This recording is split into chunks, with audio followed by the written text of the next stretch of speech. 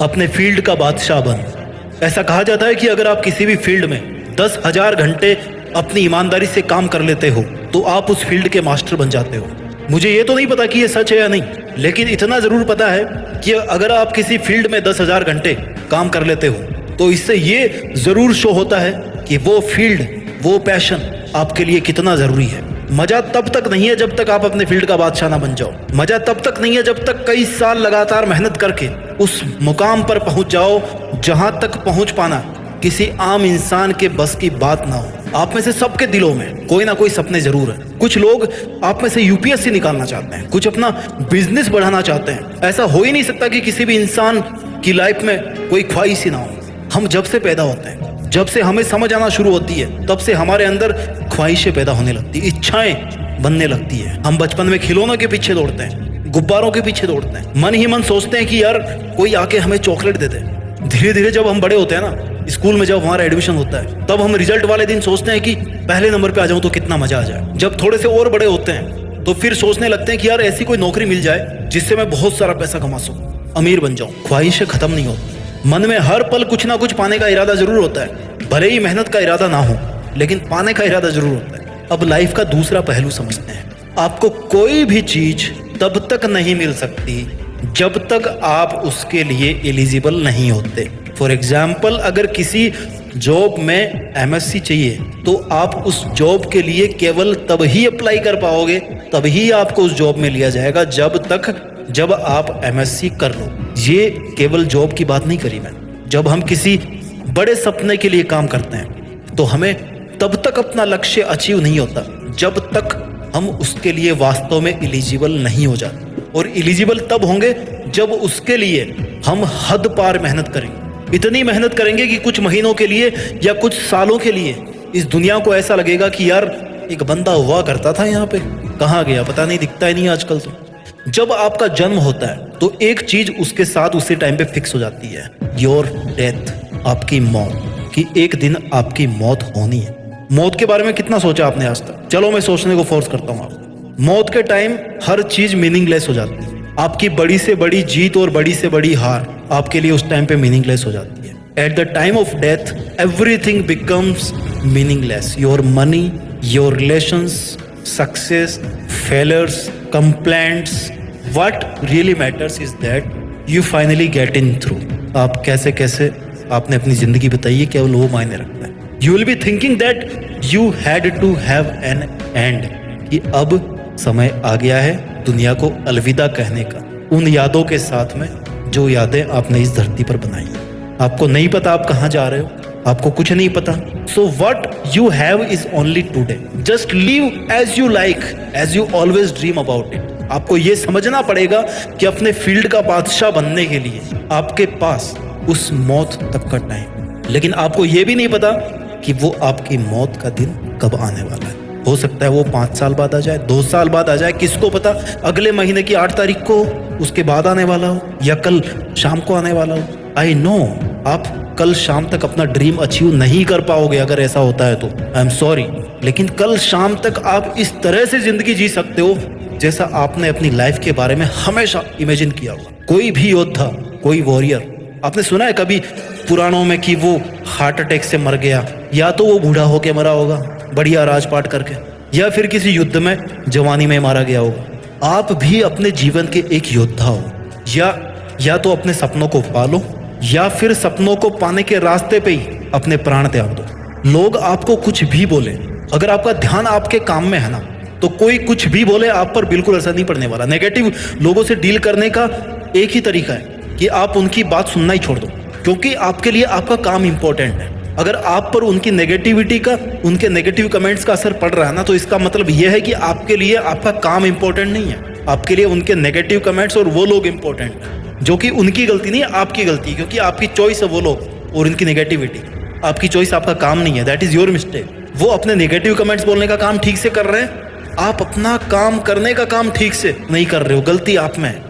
जिस दिन आपका फोकस अपने लक्ष्य पे होगा ना, उस दिन चाहे आपको पूरी दुनिया गाली दे, आप पर बिल्कुल फर्क नहीं पड़ने वाला। इस दुनिया में जब जब किसी पर जग हंसा है ना, उसी बंदे ने इतिहास रचा है, या कह लो कि जिसने भी इतिहास रचा है उस पर कभी ना कभी दुनिया वाले जरूर हंसे होंगे। वो अपने फील्ड का बादशाह बना है। आप ये लाइन मेरे कमेंट्स में बहुत बार लिखते हो ना कि जब जब किसी पे जग हंसा है तब तब उसने, लेकिन इस लाइन के पीछे का सीक्रेट नहीं जानते कि इतिहास इसलिए नहीं रचा कि दुनिया उस पे हंसती थी। वो इतिहास इसलिए रच पाए क्योंकि उन पर लोगों के हंसने का, उनकी नेगेटिव थॉट्स का कोई असर नहीं होता था। वो फिर भी अपना काम करते थे। उनके लिए अपनी लाइफ का गोल वैल्यूएबल था, ना कि वो लोग। इसलिए वो अपने फील्ड का बादशाह बने। आज आपको ये डिसाइड करना पड़ेगा कि आपके लिए लोगों के घिसे पिटे ताने इंपॉर्टेंट है या फिर अपना dream important. This is the general tendency of people कि नेगेटिव बातों में ज्यादा इंटरेस्ट लेते हैं। मुझे नहीं पता हमारे दिमाग में ऐसी क्या प्रोग्रामिंग है कि पॉजिटिव से ज्यादा नेगेटिव बातें उसमें पहले घुसती है। अगर आप एक्सपेक्ट कर रहे हो कि कोई आकर के आपको थामेगा और आकर के बोलेगा कि भाई तू सबसे बेस्ट है, तू सबसे अच्छा काम कर रहा है, मैं तेरे हर कदम पे साथ हूँ, तो इसकी संभावना बहुत कम है मेरे भाई। रेयरली कोई बंदा ऐसा होगा जो आपको हर माहौल में, हर कदम पर, हर सिचुएशन में, हर मौके पर, हर टाइम पर आपको पॉजिटिविटी दे।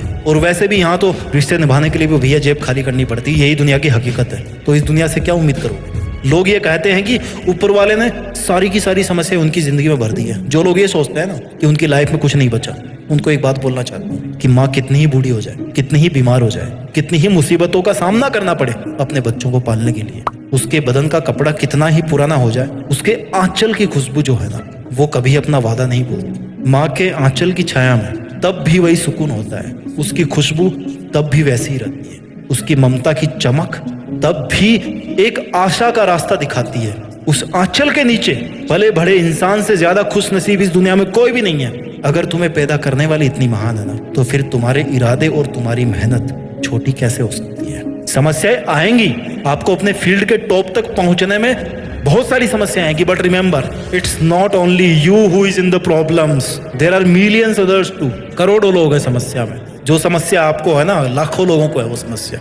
ऑलरेडी आपकी समस्याओं वाली कम्युनिटी है दुनिया में, हर समस्या की कम्युनिटी है। This is the only truth that you can not finish even a single day, even a single our without any problem. जैसे गुलाब के पौधे पे कांटे होते हैं ना, जैसे ट्रेन को रफ्तार पे दौड़ने के लिए, ट्रेन की रफ्तार का मजा लेने के लिए साउंड भी सुनना पड़ता है, छुक छुक छुक छुक का। जैसे बारिश को धरती पे उतारने के लिए बादलों को टकराना पड़ता है आपस में, साउंड क्रिएट होता है। वैसे जिंदगी में ना मकसद को पाने के लिए अपनी समस्याओं से होकर गुजरना पड़ता है, लोगों के तानों का साउंड सुनना पड़ता है। It's very very very natural phenomena.